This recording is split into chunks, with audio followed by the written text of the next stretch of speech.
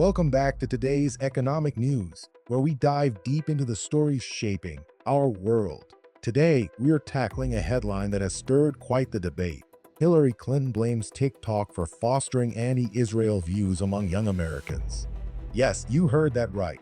In a world where information can be spun and sent across the globe with just a swipe, social media now stands accused of being a breeding ground for misinformation and skewed narratives, especially concerning long-standing geopolitical conflicts. But before we rush to conclusions, let's dissect every layer of this issue.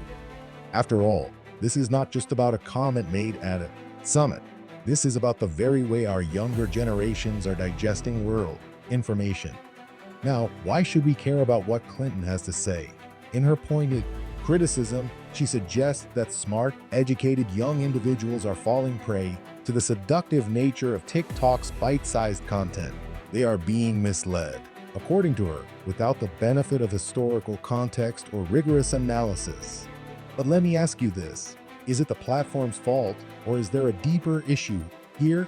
Every time we open our phones and scroll through endless feeds, we are at risk of being subtly shaped by narratives that may not reflect the full reality. Can any short-form video truly capture the complexity of a historical conflict that has run deep for over half a century? Before we look at today's digital fiasco, recall the backdrop of the Israeli-Palestinian conflict.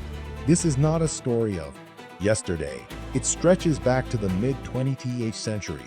Remember the 1948 Arab-Israeli War? A significant turning point that has since dominated discussions, negotiations, and, yes, confrontations up until today. Historical grievances have metastasized, inflamed by wars, peace talks, and international meddling. And yet, social media often reduces these intense, multifaceted realities into brief narratives devoid of nuance or context. The problem arises when these snippets do not just inform but also influence perspectives, often leaning towards sensationalistic and polarized content because sensationalism sells. Now, let's shift gears and dive into the numbers. Mark October 7, 2023 on your calendar. Why? Because it was a day that epitomized the chaos social media can amplify. Following Hamas's attack on that day, there was a noticeable spike in anti-Semitism and anti-Israel sentiments online. If you remember, shortly thereafter, a 2,000-page spending bill quietly passed, but no one seemed to be talking about that amid the social outrage. Let me break this down. Those countless pages represent taxpayer money being used without widespread media scrutiny or discourse. While everyone's eyes were glued to TikTok debates, our wallets were being tapped in the background. Turn our attention back to the claims made by Hillary Clinton, who declared, and I quote, "They are seeing short-form videos, some of them totally made up, some of them not at all representing what they claim to be showing, and that's where they get their information." Well, who can argue against that when platforms thrive on engagement, not accuracy? But do they think we are naive to swallow every piece of information whole? Shouldn't our regulatory bodies do a better job at filtering this mess? Yet here we are letting these dynamics perpetuate without checks. It's time for a reality check. This feeds into the larger narrative of intellectual inflation, where knowledge, much like currency, is subject to devaluation by the sheer quantity of misinformation disseminated.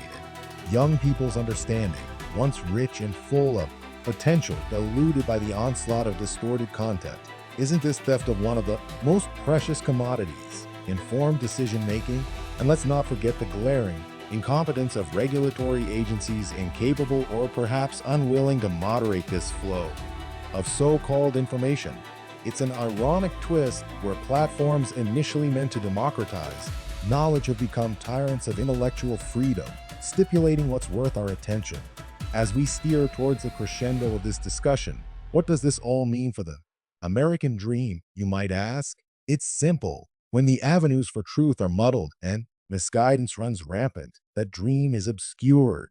Citizens lose their capacity for informed choice, liberty fettered by complexity stripped away in favor of bite-sized spoon-feeding. We can't stand idly by as generations of young people form opinions based on narratives that skim the surface. If you are tired of paying for their mistakes and seeing the erosion of well-rounded intellectual discourse, I urge you to hit subscribe. In closing, understanding the geopolitics of the digital age offers us profound insights into the trials of our time. The stakes are high, and the responsibility is enormous. If knowledge is power, then let us arm ourselves wisely. Until next time, stay informed, stay conscientious, and keep questioning. This is John signing off.